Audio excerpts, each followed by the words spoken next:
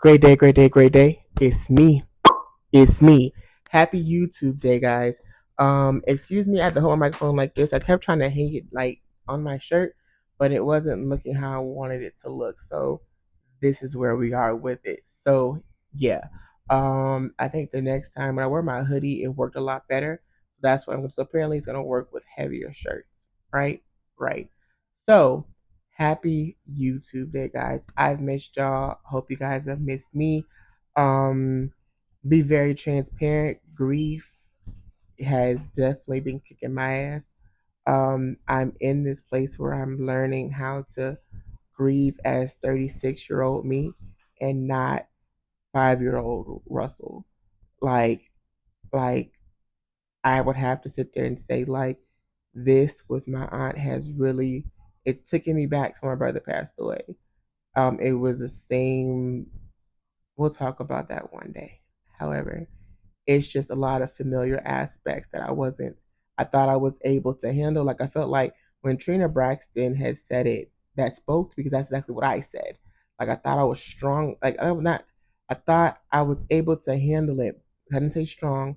I thought I was able to handle it, but I wasn't. And once I hit that realization, that kind of took me into a healthy grieving process because it took me into the honest part of grieving.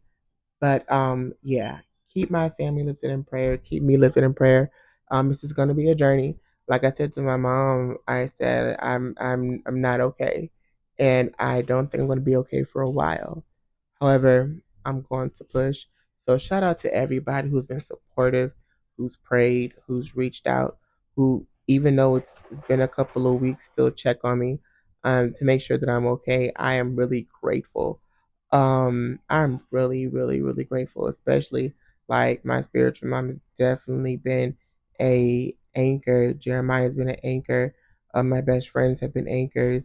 My brother Martin has been an anchor. I'm just so grateful for all of you who have really sat there and my auntie's best friend and cousin Monifa, even though like she's feeling the same pain that I'm feeling, it's like she's really been like it makes it like I get my auntie in her and I'm grateful. So yeah, shout out to her as well. So the inspiration behind today's video, and see the title, Come As You Are. Um, I was watching this video, right?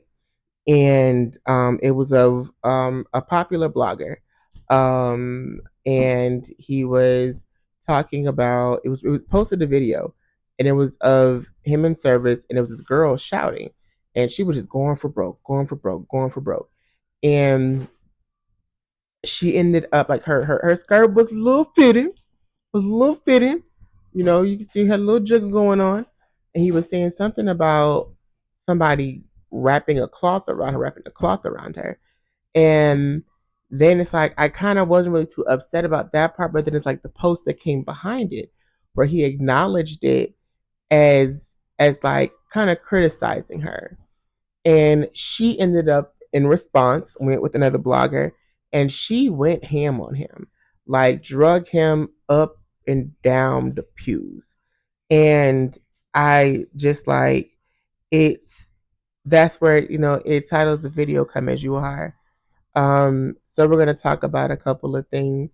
We're going to talk about the whole aspect of when you hear in church, come as you are.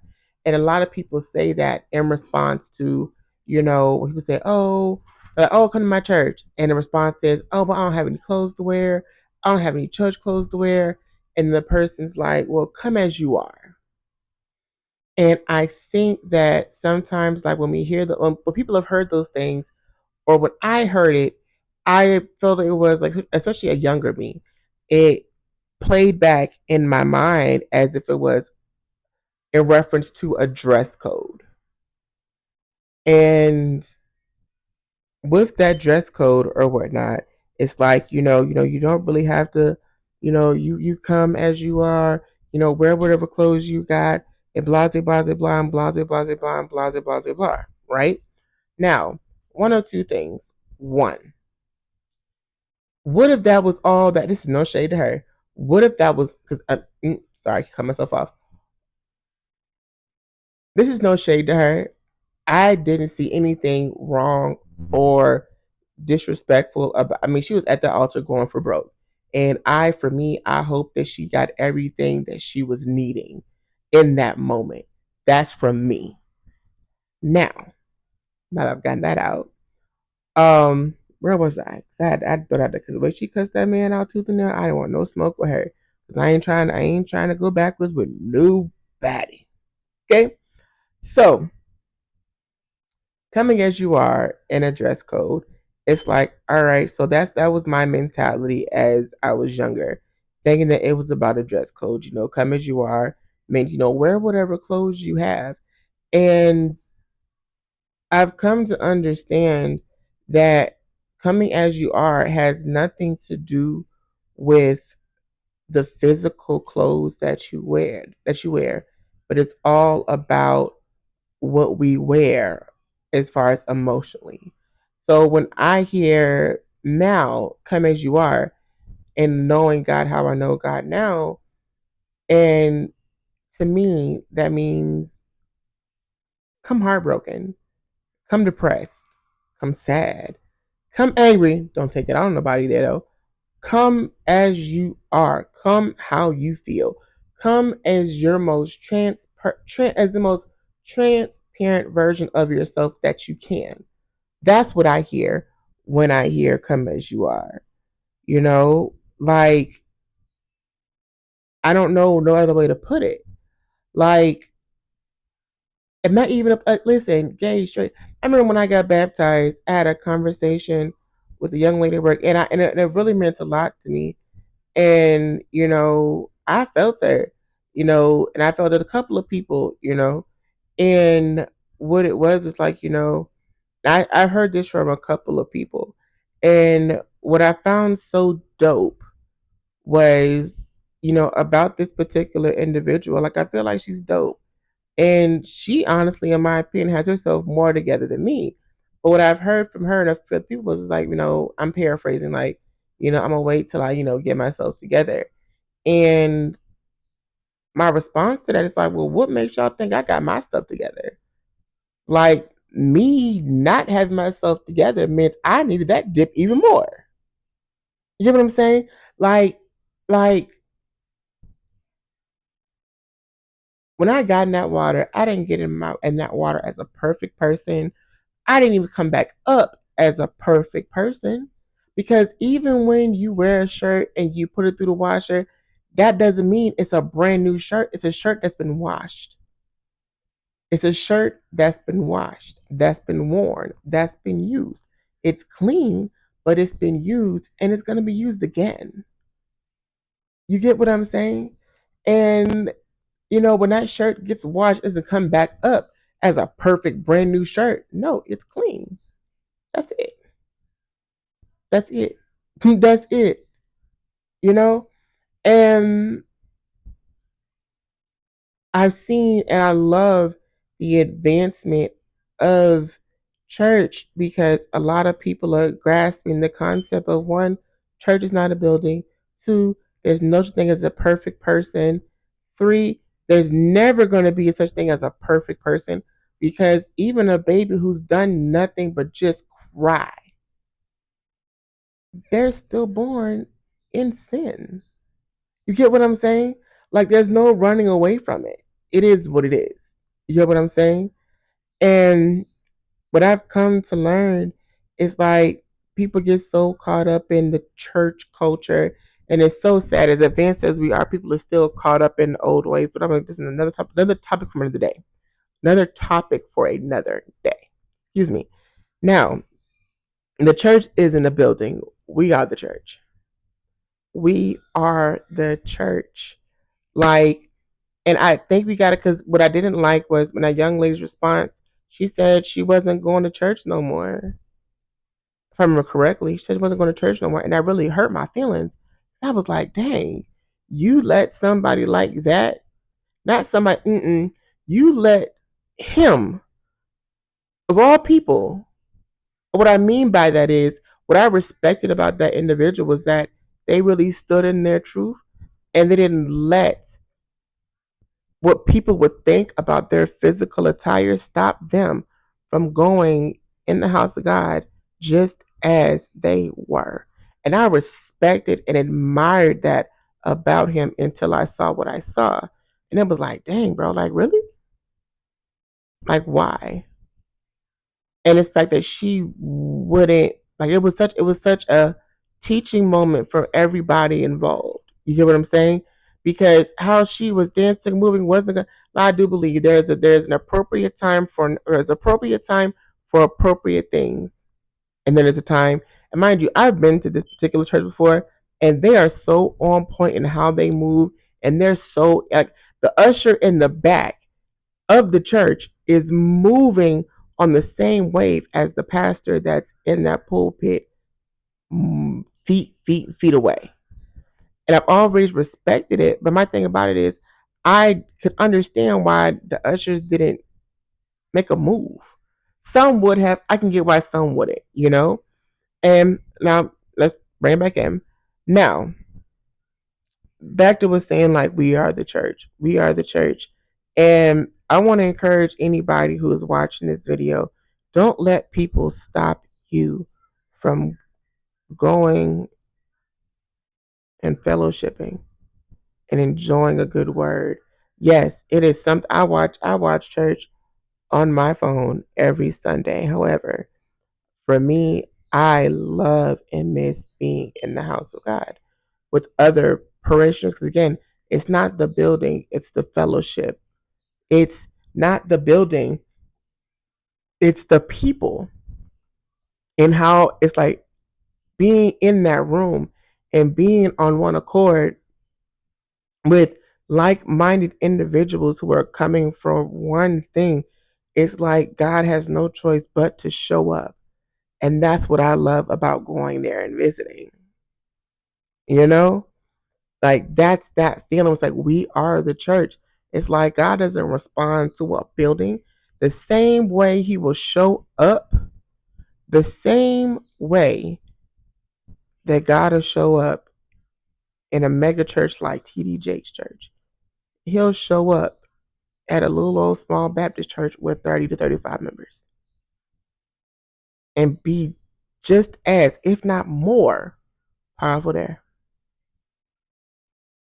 A mega church doesn't mean, ooh, a mega church does not mean that there's more of a power, more of an anointing. That's not what that means. All that means is there's a lot more seats.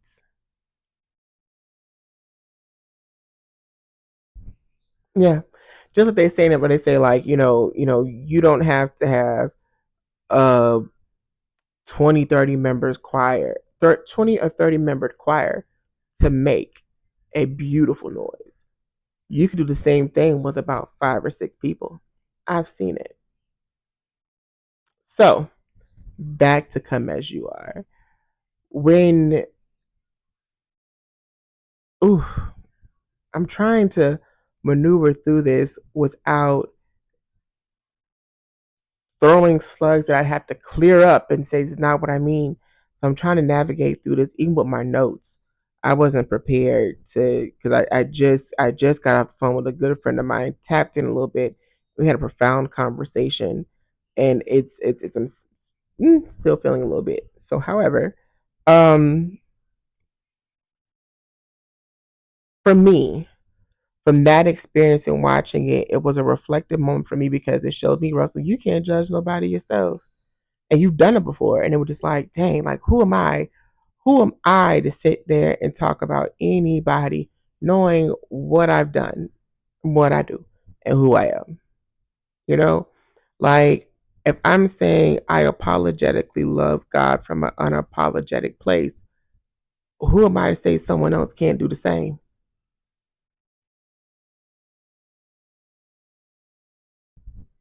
That's some truth. In the Bible, it says, all have sinned and come short of the glory of God, if I remember correctly. All have sinned and come short.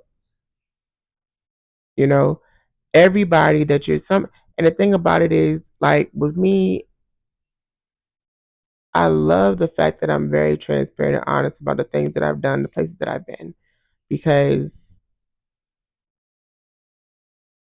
I think that adds to the credibility and it adds to the intensity of the testimony.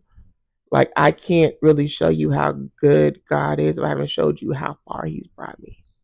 I can't really properly respect how far God has brought me if I don't tell you exactly how deep in the pits of mess I was when He had to pull me out. So, oh, there we go. That pop wasn't popping for me. Um, come as you are, come as you are, and it's like I keep saying come as you are. So I don't know who this is for, but come as you are. Like, God can't truly bless you if you're walking around, and this is just in life. Come as you are wherever you go. And this, you know what? I'm finna tap into this a little bit. Never, never, never, never, never, never be ashamed of who God is in your life. And never walk into a room with people. And like the biggest, I hope I word this properly. Peter, Peter sat there and he denied Jesus, right? Jesus knew it was going to happen, but he denied him, right? Denied him. And when Jesus came back up, he said, oh, why I sound like I'm preaching or teaching Bible study? Okay, God, I see you. All right, interviews. When Jesus got back up, he ended up calling for his disciples and said, you know, I'm paraphrasing, get my disciples and Peter. I'm sitting here like, damn, get my disciples and Peter? So Peter is not a disciple anymore? Granted, Peter came back, you know, and Jesus gave him an assignment. Jesus gave him an assignment. He wasn't a disciple again, but he had an assignment. So even, and it's like you don't have to actual deny him to deny him. You can deny him by not speaking the truth in situations where the truth should be spoken. Like, I have plenty of people I've come across, Muslims, Buddhists, atheists, who have such a respect for me and I for them. Because even in our differences, we all stand in our truths and we all stand strong in who we believe. I know some people, you know, they have their own versions of who God is to them. And I respect how they feel, but I still stand on how I feel. You know, I still stand on what I believe and trust in my heart, you know, and I stood strong in it, you know. So you know, that's how I don't deny him. Like I would deny him if I was like, oh, I get it, or oh, like, yeah, yeah, no, no, like I have friends where we disagree on different topics. We respect each other's opinions and how they feel. We respect our own inner truths that we carry. You know, so wherever you are, don't deny who God is to you. Stay true as you are. Come as you are. And everywhere you go, go as you are. You know, just like when, you know, you come to church, you know, and they're saying, come as you are. Now, that same that same anointing you feel, that same change, like when God changes your life and you get delivered, when you go as you now are. Go as that new creature and be unapologetic about it. Yeah. Like, I've seen some people that that changed and went on about their way. And they changed because God delivered them from some things. I had a friend one time and, you know, we parted ways and it was a respectful parting. And they were like, you know, Russell, I'm really not trying to live that lifestyle no more. So, you know, I love you. I appreciate you. However, it's just one of those things to where I don't want to get tempted to want to go to those places anymore. And I know being around you, our conversations, even though like you're in it, I don't want to be in it. Like hearing how much fun you're having or hearing you talk about who you're dating or talking to, it's going to make me want to go back to those ways. And I had no choice but to respect it. I had no choice but to respect it. Am I where he is at? Mm-mm. Hell no. However, I respected it because, you know, that's who he is. So I'm gonna go ahead and wrap this up. Um, come as you are. Come as you are. When you go into or around the church, go as you are. And that's when God can do his best work. Because if you come as who you think people want you to be, God can't help you in those areas where you truly need help. God didn't help me in the areas that I needed, in the areas and places I need freedom and deliverance until I just went to him as I was.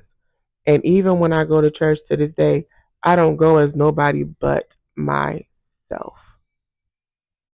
Whether I'm hurt, sad, heartbroken, happy, joy, no matter what it is, I go in there as I am.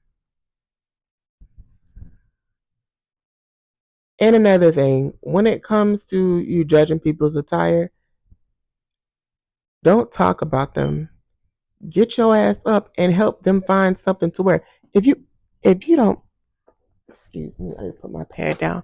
If you got a problem or if you got a problem with somebody is wearing, take your happy good lucky ass to the store with your credit card and you buy them something nice to wear. Walk up to them, hey, nice to meet you. You know, you know, I want to bless you with a couple of things. What size are you? What size are you? And bring them some clothes. Bring them some clothes. If you feel that strongly about it, reach in your purse or your wallet. Because let me tell you a couple of things. You know, a lot.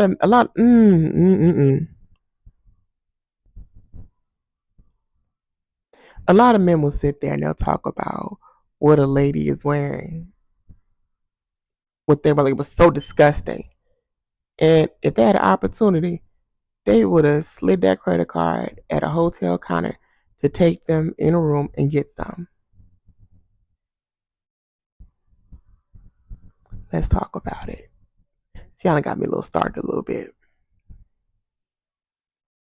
A lot of women, and I've seen it myself, will some women will sit there and they will judge a girl for what she is wearing because of her own insecurity. It had nothing to do with really what she's doing. It's just the fear of the fact that she feels like that girl could take her man, and that girl is trying to get God, not her man. Excuse me.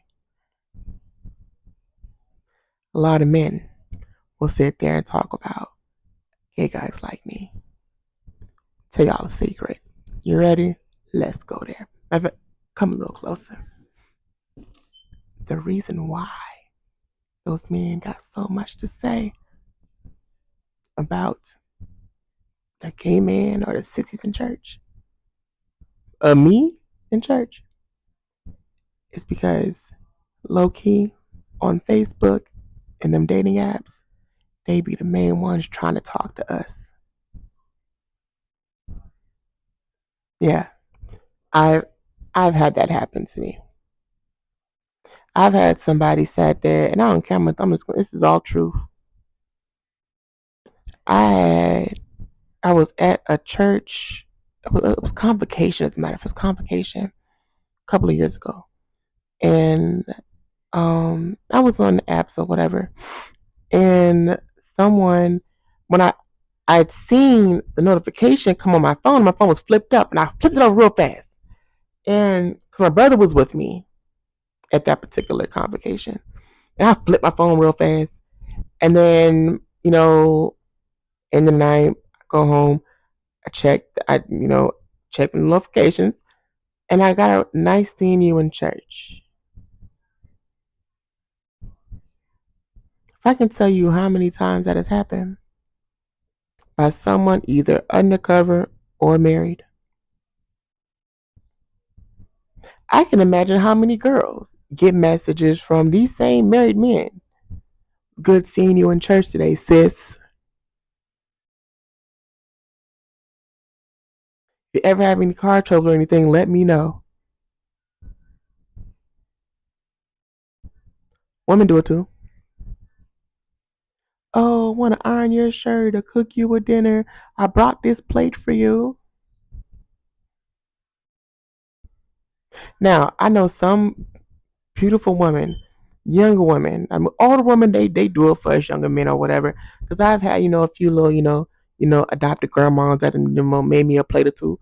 And I know a few young girls that actually are really respectable women who actually like cooking for people. But I know some women that have sat there and they'll make a married man a plate of food. Now, okay, now mind you, I women in general, right? I know a lot of women will sit there and they'll make something for a married man, and they'll make it for the husband and wife. Now, some will sit there and be bold and they'll make a plate and it'll be just for the husband.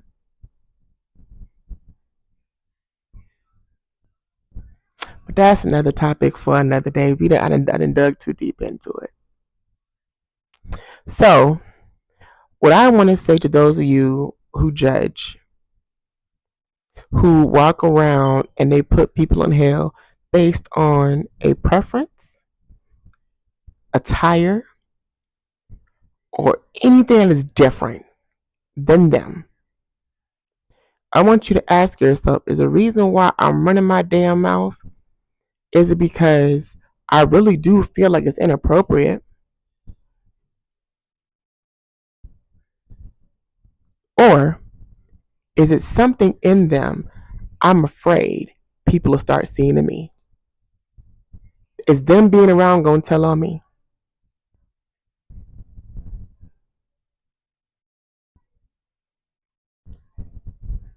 We got to do better. We have to do better. Like, the problem with the church, the enemy ain't done nothing to the church, to be honest with you. It's us. It's us. We, the church. It's us. We're the problem. And the enemy looking like, I ain't do that. Shit, that's on yo. That's y'all work. I like he's the enemy probably looking at God like, hey, I ain't gonna do that shit. That was all them. And that's true. It's all us. So stop judging. And when people come as they are, no matter what they're wearing, they're coming to God as their most authentic and transparent self. And they're coming because they're in a need, and they're in a need that they know only God can meet. And your attitude, your your dis just your attitude, your funky ass attitude, your sense of entitlement. That is what's wrong with the church. One of the many things that's wrong with us right now. Our attitudes of entitlement. And our entitlement, you think because you got oil, you the last person God gave oil to?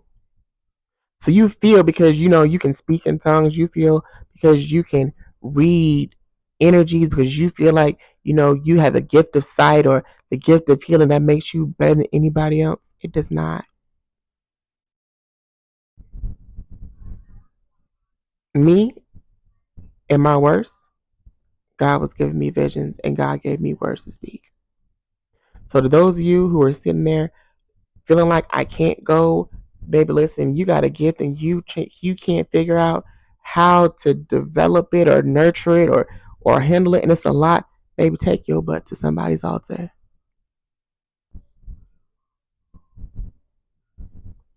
Yeah.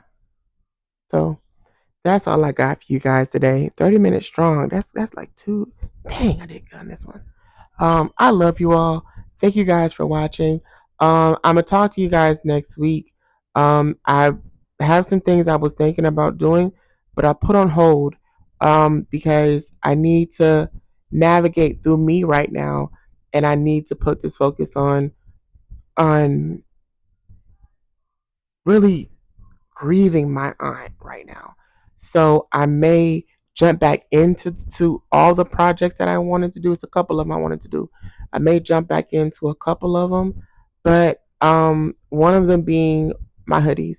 I wanted to do different colors for my birthday, but I'm sorry. I gotta get back to me. So I need to put everything on a plate, sift through some things, and then I'll be able to give you guys, like I'm giving you guys today, the best of me.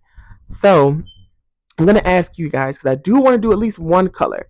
I do want to do one color to finish out the year. So I need you guys to let me know what color is it that you would like to see as the next color for the t-shirts and the hoodies. All right. So yeah, so like, share, comment, and like I say, you do what you do best, and I'm keep doing what I do best. Like, share, and subscribe, and I'm gonna create you guys some dope content. All right, love y'all. Bye.